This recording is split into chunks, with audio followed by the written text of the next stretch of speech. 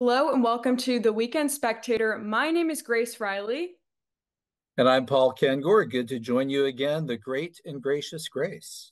Well, it's so nice to be with you all this week. We're going to be talking about Israel. A lot's happening now. We're nearing the 1 year anniversary of the brutal attack on Israel by Hamas terrorists. And 1 year later, this war is still going on. There are still hostages being kept. Again, 1 year later from the day when over 1,200 Israelis died, including Americans, by the way, in that number. Hostages were taken. It was a really dark day in Israel's history. But on top of that, on October 1st, 2024, this past Tuesday, Iran escalated the conflict by firing ballistic missiles at Israel, lighting up the whole map of Israel with red alerts and warnings. Luckily, that was pretty unsuccessful, but Israel's promised retaliation that will be big.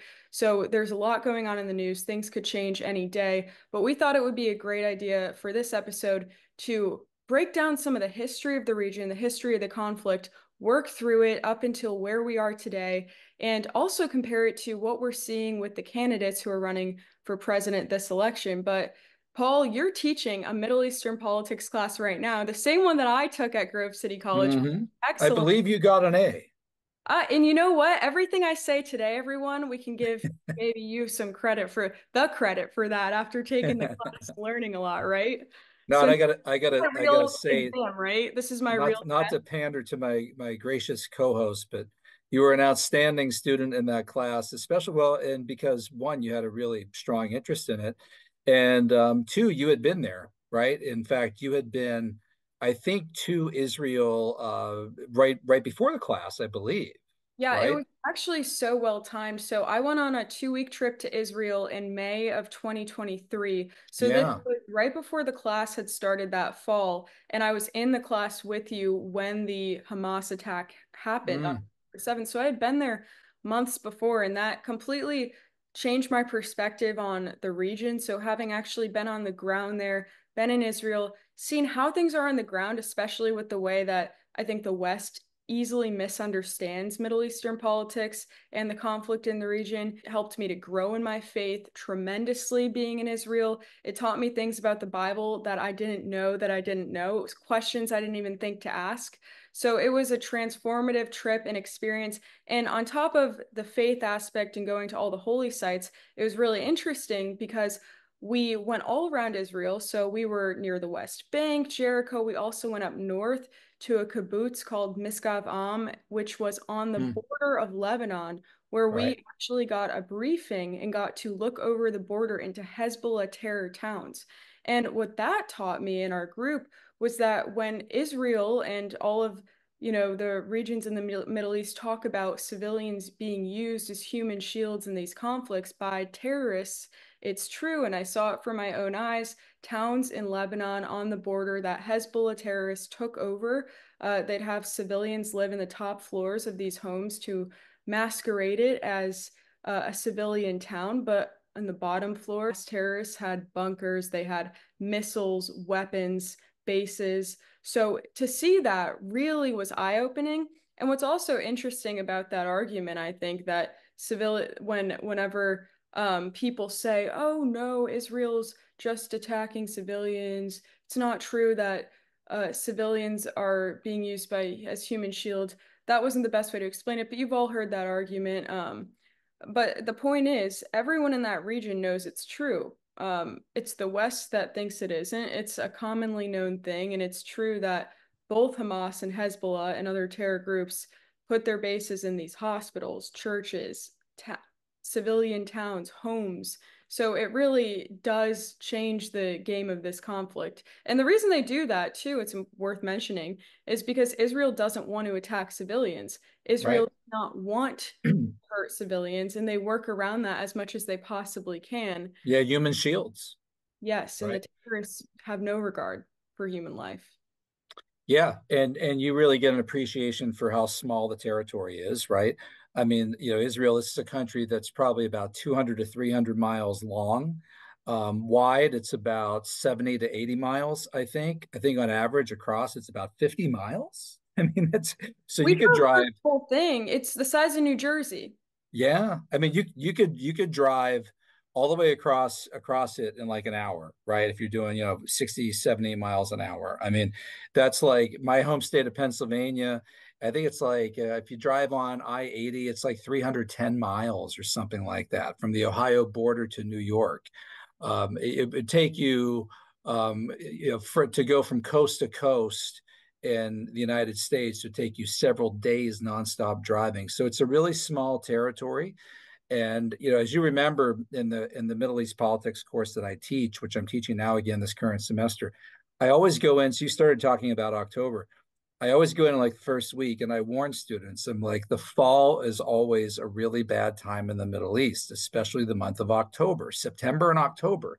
It's just when crazy stuff happens. Oh, and And in fact, I warned last year, Grace, and you remember this. I told the students, I said, October 6, 2023 will be the 50th anniversary of the Yom Kippur War, the 3-week war, which was about October 6th, about October 27th, 1973. And I said, these guys over there, they remember dates. They act on dates. They never forget dates, right? In fact, if I remember this right, I think Anwar Sadat was assassinated October 6, 1981. And so that was the date that he, the leader of Egypt, used to attack Israel. And then Sadat goes from being the toast of the Arab world to the eventually the betrayer of the Arab world when he goes to the Knesset, when he goes to Israel and he makes peace with Israel through the Camp David Accords. And at that point, the hostile nations, the confrontation front, the anti-Sadat confrontation front, Sadat confrontation front, as they called it, they say Sadat must die. So they assassinate him on the anniversary of that date, October 6th. So I told students, keep your eyes on October 6th. Well, they attacked on October 7th. And the reason they did it had to do with another Jewish holy day that was taking place that day. It was a Saturday. And so they wanted to achieve the element of surprise, once again, as they did on October 6th. So you had Hamas fighters, paragliding, hang gliding in from the Gaza Strip into Israel. And those infamous photos of that concert that's going on in Israel at the time with just Israeli youth, having a good time, dancing, singing. And then you get this nightmare, this hellacious day, which was probably, I think some have said, Grace, it was the deadliest day in the history of Israel, right? For young Israel that starts May 14th, 1948. I mean, it would, and think about that, folks. I mean, if they lost over 1,000, 1,200, 1,500 people, I mean, what did we lose on September 11th? 3,000? And we're a country of 330 million people.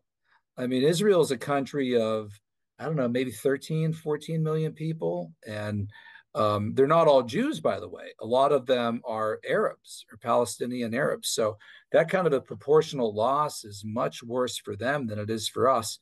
And here we are again now, October.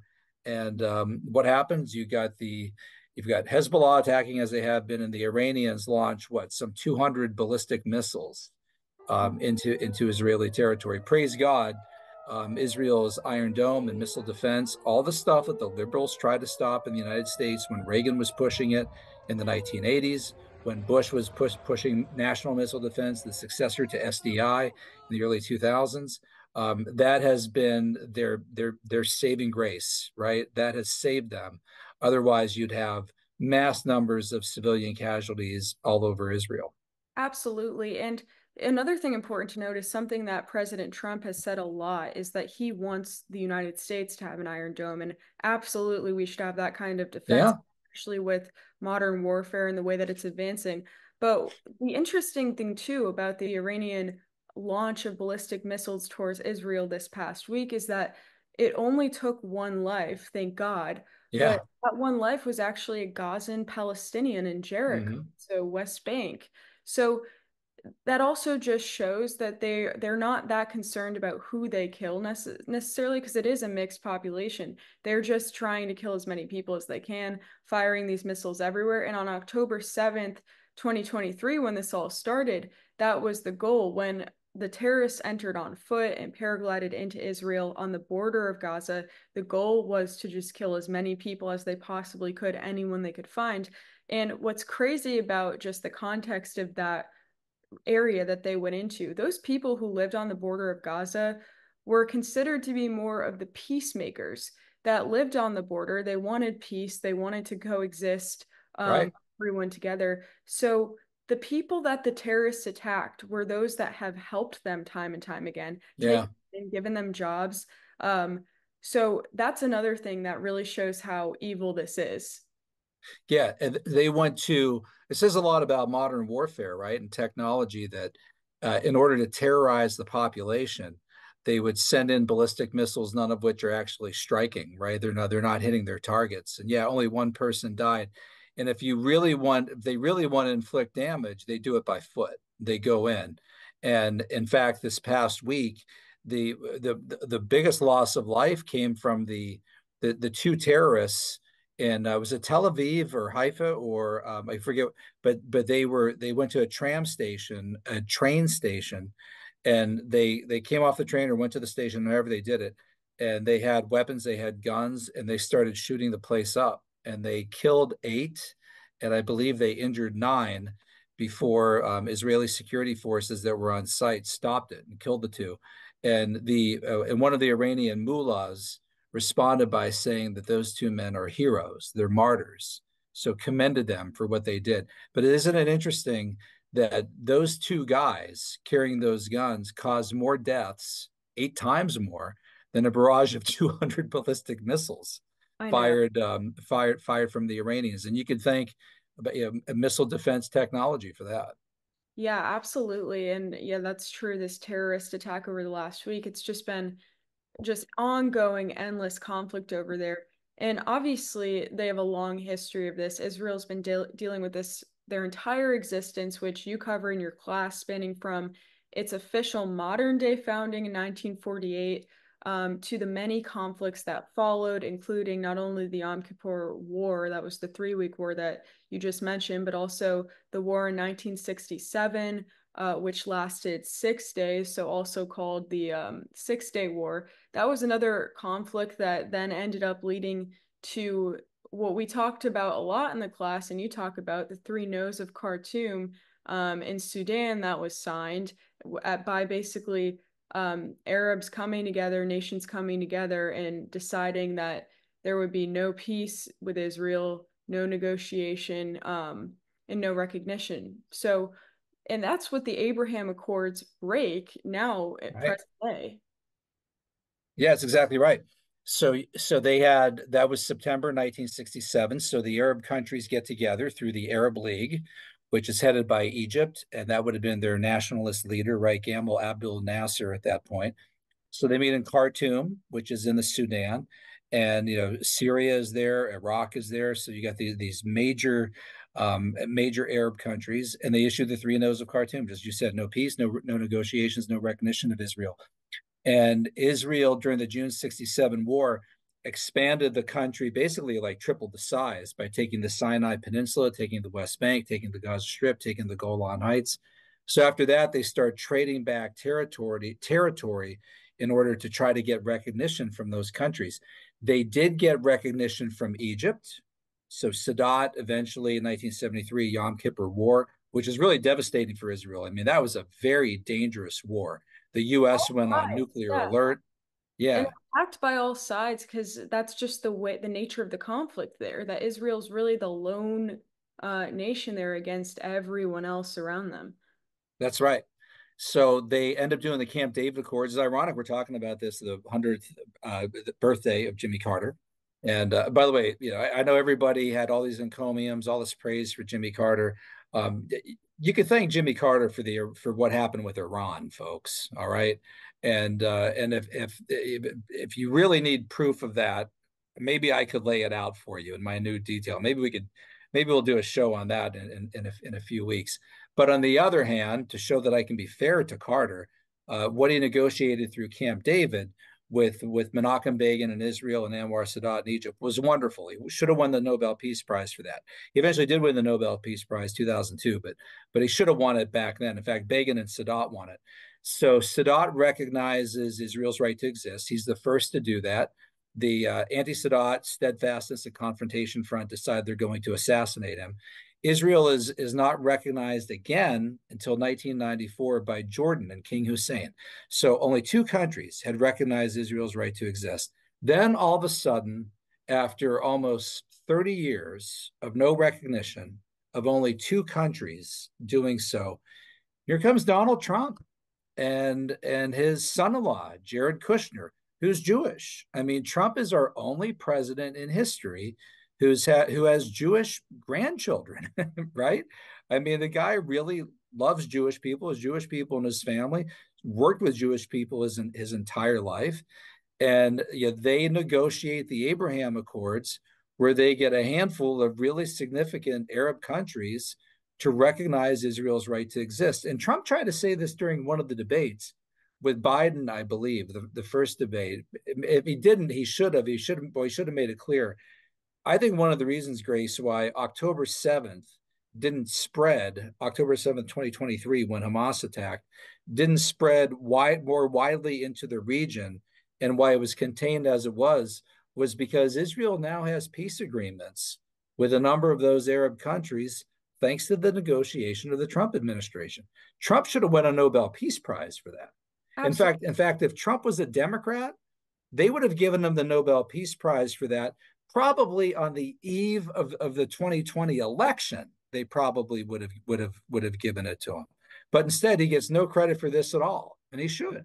And this is something that I think is easily, and many people agree, one of his top accomplishments from when he was president. It was a huge deal. I mean, having the Abraham Accords do this kind of confront Iran, form these alliances throughout the region, also just establish this unprecedented peace in the region. I mean, as we've been talking about, and if you go into more detail on a lot of these conflicts, to have those peace agreements is huge, a huge deal. It's remarkable. And that's something that should be bipartisan, that people agree was an excellent move, a good job by the Trump administration. And that's why it's so wild that the left wants to say that they're better on foreign policy in this election cycle. So that Tim Walz on the stage with JD Vance earlier this week, and then Kamala Harris on the stage with Trump about a month ago, both claimed that Kamala has been a strong, steady leader that's provided stability. There's Yeah. absolutely no evidence that Kamala Harris has been a strong leader that has provided stability across the world. There has been the exact opposite. Wars have broken out across the world. There's war in Europe, war in the Middle East, as we're talking about on this episode. On top of that, we can't forget the disastrous Afghanistan withdrawal. In addition to all of this, I mean, she said that her strategy with Iran was to just say, don't. Message to Iran. Don't. As President Biden said, just don't. Exactly. One word. Pretty Try straightforward. this. Well, they did. They did try this earlier this week, and there's no strong leadership coming from the Biden-Harris administration. And we can directly contrast that with Trump's leadership. Trump did have those Abraham Accords. There were not new conflicts sprouting across the world. There wasn't this chaos and unrest. And where we are right now is the brink of World War III. People don't take it seriously enough. And so, 2 points on that. So, one, blown opportunity for a positive step forward by the Biden administration. So, the Abraham Accords under the Trump administration recognized four countries. Okay. So, it was United Arab Emirates, Bahrain, Morocco, and Sudan. Sudan, the place of the three no's of Khartoum. All right. Really, really extraordinary. They set the table for several others that were going to come in, probably including Saudi Arabia. And if you had had a second Trump administration, they would have probably gotten two, three, four more because there were negotiations for all of those. The Biden administration, asleep at the wheel, right? Joe Biden in particular. So they failed to extend any of those in the positive. And then conversely, the really negative thing that they did, so they are at the helm on the 20th anniversary of September 11th, 2001. So this would be September 11th, 2021. And what happens right before that? Well, the Taliban retakes Afghanistan. So on the 20th anniversary of September 11th, 2001, What happens? We lose Afghanistan. The Taliban flag is flying over Kabul again. And that's because the Biden administration had that disastrous withdrawal from Afghanistan in August of 2021. And no one's doing this, Grace, but the Republican National Committee, they ought to be running footage of that airplane taking off from the airport in Kabul. This is like the fall of Saigon when they're trying to hold on to the helicopter as it's taking off of the roof of the U.S. Embassy in Saigon. But that's a helicopter. Imagine people hanging onto a jet airplane as it's just taking off into the sky. And then it gets, up into a certain altitude and they let go. Of course, they have to. They can't hold on, fall to the ground to their death. It's just horrific. I mean, that image ought to just be burned in the minds of everybody. And I know that the Biden people or the Biden defenders say, well, Trump was going to withdraw from Afghanistan too. And Trump and his advisors, and who's been particularly good on this is, why can't I think of Trump's Secretary of State, Mike Pompeo. Mike Pompeo and others have said, yeah, but listen, I'm telling you, we weren't going to withdraw in that way. I mean, there's a way to withdraw here, all right, in various stages and still keep a presence there. And at that point, we only had, I mean, we didn't have that many advisors even in Afghanistan.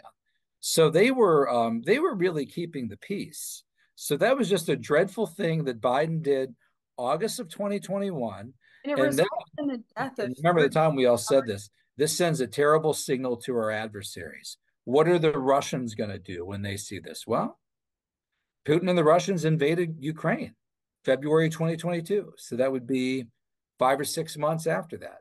We were afraid China might move against Taiwan because of that, might slap around Hong Kong. They did slap around Hong Kong after that. Haven't moved against Taiwan yet. There's still time for some of this to happen before the next president is inaugurated.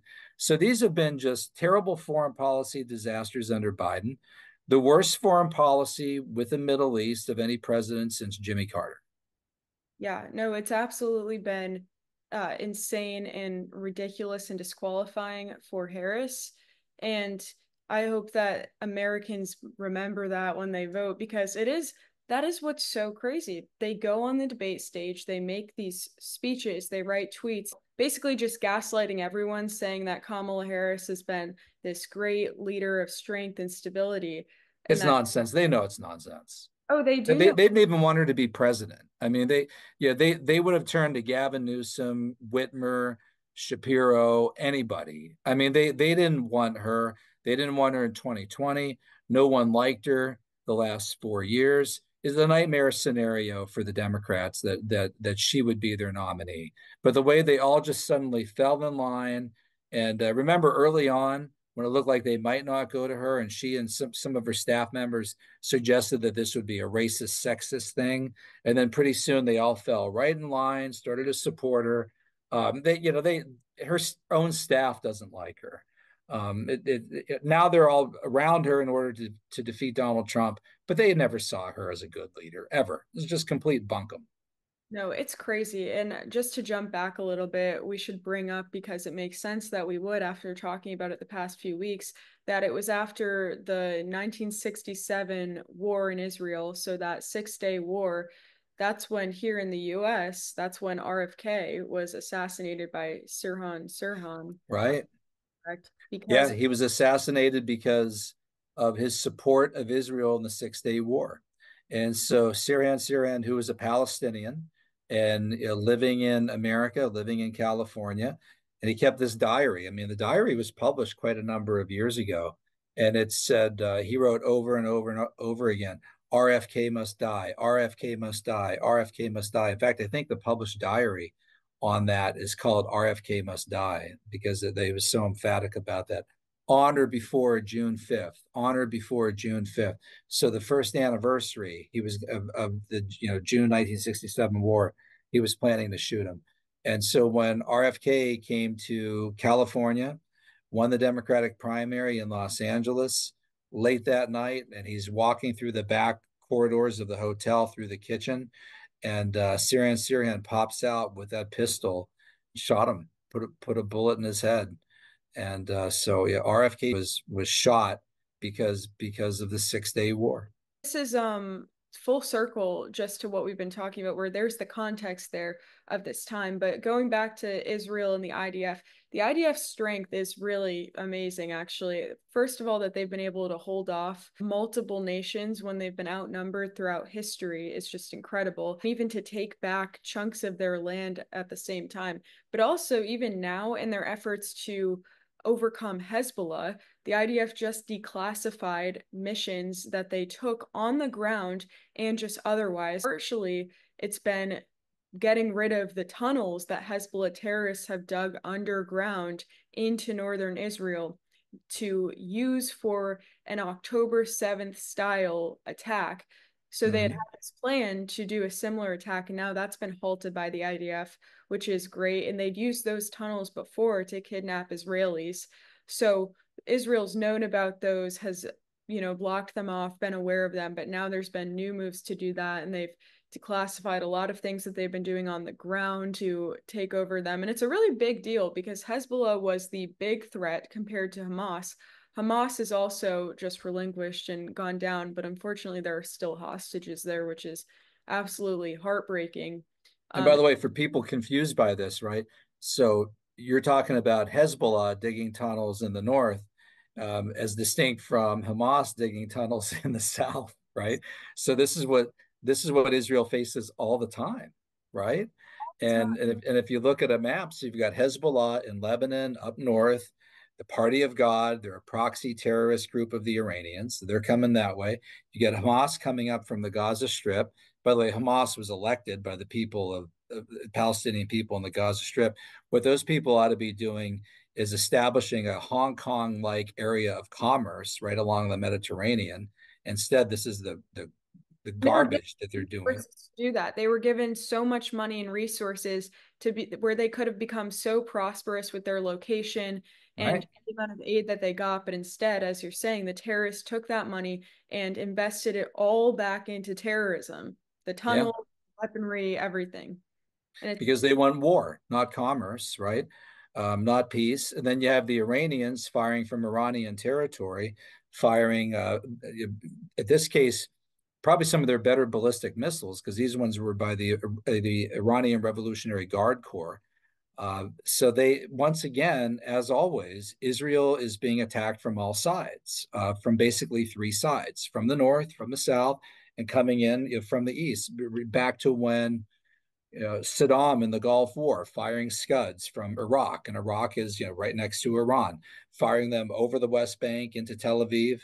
It's Israel just never knows peace, and yet you have the American left doing as they do, calling good evil and evil good, siding once again not with Israel, but with their latest claimed oppressed minority group, the Palestinians. Yeah, and what's interesting about this too, first of all, Arabs are not a minority across the world. Right, especially in the Middle East. Israel is Not even close. They are not even close. Jews are, but Arabs are not. They make up I can't think of the number off the top of my head, but 200 million around Israel yeah, an extremely large population. Even compared to in, like 10 million Jews in Israel, right? yeah, and even in Europe, the population's growing. And another thing that's important to note is that they're also having kids at a faster rate. And this is something you talked about a lot in class that I learned and I hadn't known before, Yeah. that the Arabs are having kids a lot faster. The Muslims are having kids a lot faster than Jews in Israel. So that population imbalance is also something that'll be interesting going forward to And see. by the way, that's the fault of the Israelis, right? I mean, so you have, in many cases, secular Jews, they're non-religious Jews, very secularized, and they're not having children. And, they're choosing not to have children. And Ben Netanyahu has tried to respond to that by urging Jews from around the world to move to Israel. Well, they're not going to want to move there under these circumstances, right? Better idea might be, hey, why don't you just try having babies again, right? The Palestinians, the Arabs in the area, I would tell them, make love, not war, man, right? Just have children, have babies, that area will be yours. And if you look at the population of Israel, I mean, it's just going like this, right? The number of Jews compared to the Palestinians, closer and closer and closer and closer. You'd have to run the numbers based on current projections, but I don't know what will be year 2050, 2070, something like that. They're probably going to be about 50-50 in terms of the number of Arabs and the number of Jews living in Israel, not West Bank and Gaza Strip, but just in Israel. And Yeah, that's the fault of Jews for not having children. yeah, that's so true. And the other thing too is, I mean, the Muslims and Jews living together in Israel and Jerusalem and whatnot get along pretty well. I mean, Right, right. they're neighbors, they get along, they help each other, they do things together. So that's another thing that's just sad. I mean, watching this By the conflict. way, to their credit too, you have Muslim Arabs serving in the Israeli military, Mhm. and also Muslim Arabs who are in the Knesset in the Israeli parliament. This is one of the only places in the Middle East where Muslim Arabs have the right to vote Yeah, it is. in Israel of all places. Yeah, it's So there's a lot of people living in peace and harmony there, and that doesn't get the credit that it should. no, and that's also that's what's so sad because of course they do live in harmony. There's definitely tension there, but it's not what it seems like from the outside, but also it is. There's both are true, I think. There's Hmm. also the reality that radical Islamists want to take over and what they say in the Quran and in their philosophy, unfortunately, is to what they call kill all the infidels. Uh, Right. and that's what that is. Kill the, as they call them, pig Jews. I Yeah, mean, they will refer to Jews as pigs, right? that comes from. And yeah, like the Iranian leader who commended the two terrorists this past week at the tram station who killed 8 and injured 9, hailing them as glorious martyrs to the Islamic cause. And what's so interesting about this too, and I encourage people to look into this if they haven't at any point, because it is really, really interesting. And another thing that we covered in your class was going over just the fall of Christendom in the area and how Islam took over all of these Christian dominated places back in the 500, 600 All era. after the birth of Muhammad, right? So after the birth of Muhammad. So first, Muhammad dies around the year 630, and you just have this Islamic wave that goes and takes over all of these Christian territories, right? You know, Antioch, where Christians were first called Christians, as it says in the New Testament, all the way Syria, Lebanon, all the way to northern Africa, that whole area of northern Africa that Augustine evangelized and made that area Christian. And they go and they persecute and enslave, Muhammad was a warlord, Mhm. right? They go and they take all of these territories, and the first Western response to this, the first crusade, comes 5 centuries later, and that crusade is to simply try to bring back some of the territory that had the Christian people and Jewish people that lived there had, and they were defensive measures. In fact, they were considered just wars in order to defend it. And the people who were there, their voice to the church at that point was, "It's about time. Where have you been for 4 centuries? You're too late, man. You're too late." And really, in effect, they were too late at that point. Yeah, and a lot of the accounts of the tactics of what the radical Islamists were doing to take over the land are similar to exactly what we saw on October 7th, with Oh not only yes, brutal, brutal. but the things that they were saying, chanting, horrific, evil things. So that has carried on throughout history and is really eye-opening and just understanding how deep this goes, why it's happening, and stuff like that. And also another thing that I think is interesting is the way that the Quran is kind of in different, what's the word? It sounds like it was from two different writers almost, where there's the beginning surahs and then the other ones who one's a lot more violent than the other, which I think is just super interesting to study, actually. Yeah, no, that's right. There, in fact, there's debate about how exactly it was put together, who wrote it, and I mean, so the author isn't actually Muhammad, right? These are revelations that Muhammad received, or that he claimed that he received, And so you got 114 different surahs or chapters on with different names, different titles. In fact, the whole Quran's probably about the length of the New Testament. It's not that long, but and Muslims, of course, don't worship Muhammad. They consider him a prophet, right? Allah is God, and Muhammad is considered his prophet. But yeah, the way that it was put together, I mean, it's nothing like the way the canon of the Christian Bible was put together through, various church councils through the first 4 or 5 centuries after Christ's death, right? This is an altogether very different thing. Yeah. Before we end this episode, any thoughts on just the current state of things, on how this election will impact it just as we close, bringing it to where we are now? Hopefully, there's not too many more developments now, but obviously there will be Israel's promised retaliation. So I think it's important that as Christians, we're just praying for peace in the region and that it all ends up okay. But Yeah, I mean, I'm not optimistic at all. I mean, I think, only nothing short of the second coming of Christ is going to turn all of this around. But I will say in the short term that it looks like a lot of what's happening, Grace, is like in this case, the very latest case. So Israel killed the Hezbollah leader. And so because of that, Iran felt that it had to retaliate. So Iran retaliates by sending this barrage of hundreds of missiles, and they literally don't kill a single Israeli with it, right? Almost as if they know that they're not going to get any through. And so, but they had to retaliate, so they did. So they retaliate. Now I wouldn't be surprised if Israel responds again by hitting something in Iran that doesn't kill many people and doesn't cause that much damage. So then Israel responds like it had to.